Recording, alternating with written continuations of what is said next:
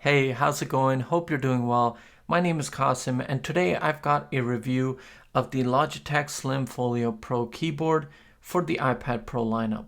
This is actually a video that was requested by one of the subscribers, Mark, on my channel. So Mark, I hope you enjoy this video. Now, before I get started, in the description down below, you will find the timestamps so you can jump to your desired section of the video. First and foremost, I'd like to start with the price. The price for this 11-inch model is just $99. Now the 12.9-inch model is $119.99. But one thing to keep in mind is that if you go to Amazon, you'll see that the price fluctuates quite a bit. So definitely get an update. For example, the Logitech Slim Folio Pro for the iPad Pro 12.9-inch third generation is just $44.99 right now. So this might change, but definitely get an update for the latest price. Now, though this price is awesome, it really is a great deal, that's not the only thing I take into consideration. Something can be cheap or something can be really expensive, but what's more important is how functional it is. So with that said, I want to move on to the actual keyboard, typing experience, etc. Now, when it comes to the typing experience on the Logitech Slim Folio Pro, it's kind of like the older MacBook Pros. It has a lot of travel in the keys, and it's very satisfying. It's soft and squishy, but not in a bad way. I personally love it. If you've seen the current Magic Keyboard or the current MacBooks, their keys don't have much travel. And this is the exact opposite. These keys have more travel, and for me personally, it's very satisfying to type on. Why don't you take a listen to the keys just to get an idea of what they sound like.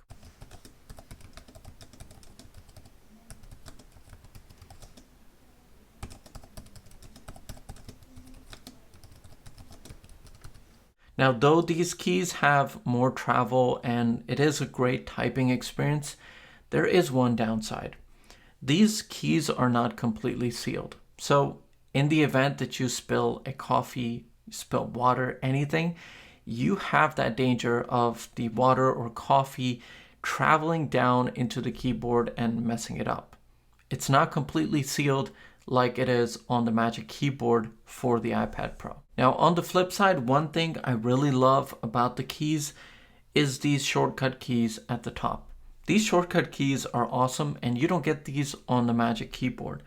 For example, you have the home button, you've got the backlight light adjustment keys, you've got the spotlight key, you've got the keyboard key, which brings up the on-screen keyboard, you've got media control keys, volume control keys, a lock button, a Bluetooth pairing button, and then you also have a battery indicator. Now, speaking of the battery indicator, what's cool is that Logitech rates this for 3 months of battery life.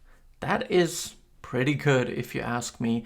And of course, this is going to vary depending on how much you actually type on this keyboard, whether the backlight is on a lot more frequently. So it depends on your habits, but I think 3 months is not a bad amount of battery life. Now, when you do have to actually charge this keyboard up, it doesn't have pass-through charging. So it has a USB slot here on the side so you can actually charge it, but like the Magic Keyboard, you can't charge this and charge the iPad at the same time because this doesn't magnetically connect to the iPad like the Magic Keyboard.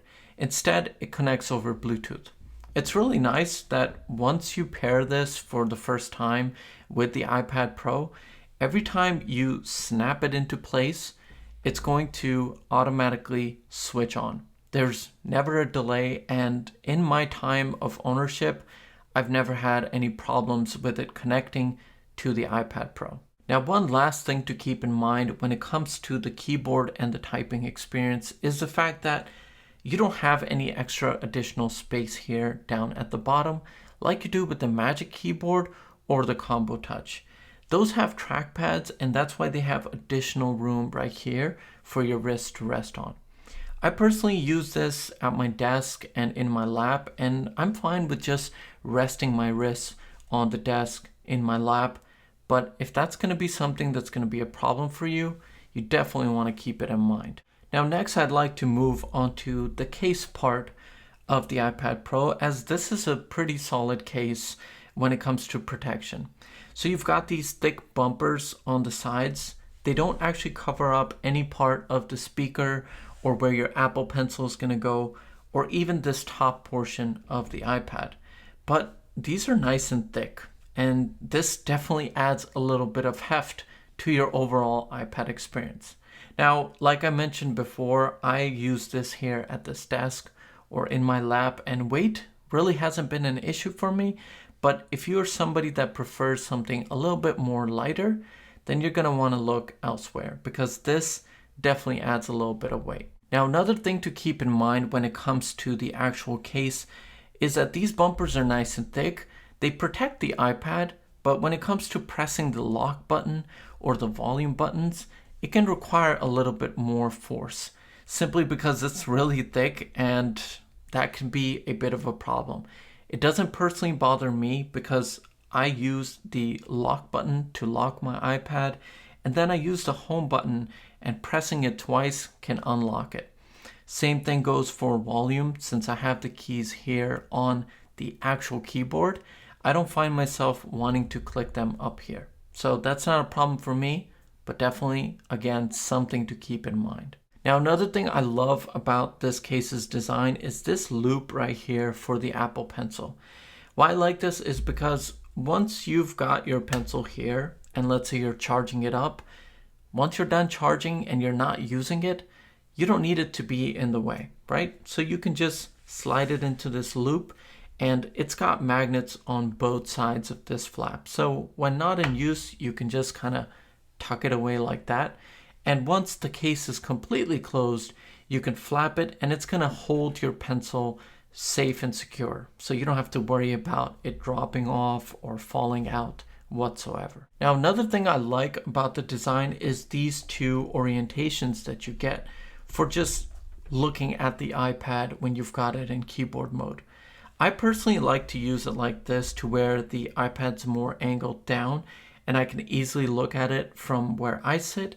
But if you want it to be more straight, you could do it this way, and that's just as nice. It might work for some of you. So it's nice to have the option, even though I use it like this more often. And another orientation that you can use is just folding it in half. So you've kind of got it in this flat mode to where you can just kind of use your Apple Pencil with it. I don't really use it like this, but you can definitely fold it down. And one thing to keep in mind is that it does wobble a little bit when you do apply a little bit of pressure. If you're just going to be softly using it, you're not going to have a problem. Doesn't bother me, but again, something to keep in mind for yourself. This case design is great for drop protection. I mean, you have a few openings, but that's due to the Apple Pencil and the speakers, so not really something on Logitech's part. Now, one thing to keep in mind, especially if you're somebody that likes to hold your iPad more frequently, is the fact that this isn't as easy to take in and out of the case as it is with the Magic Keyboard. With the Magic Keyboard, you can just magnetically attach and detach the iPad, so it's a much simpler thing to do. But then the Magic Keyboard doesn't offer protection like this does. So if you're somebody that's going to be holding your iPad a lot, then that is something to keep in mind. But if you're someone that's going to be keeping it in this keyboard format and typing a lot, this is not going to be an issue for you. Now, last but not least, would I recommend the Logitech Slim Folio Pro keyboard to you? I think whether you have the 11-inch or the 12.9-inch iPad Pro, this comes in at $99 or $120, and that is really great value. I personally love it. I mentioned a lot of things that, might be annoying to some of you.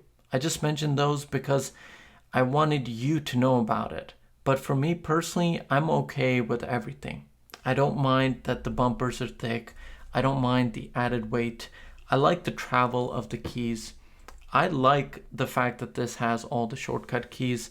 So, if you are also like me in that sense, then this is going to be an awesome keyboard. With that said, I really hope that you found this video to be helpful. If you enjoyed it, please give it a thumbs up. Comment down below with anything that you'd like to say, or if you have any questions regarding this keyboard, and I'll do my best to help. Most importantly, take care of yourself, and I will see you in the next video.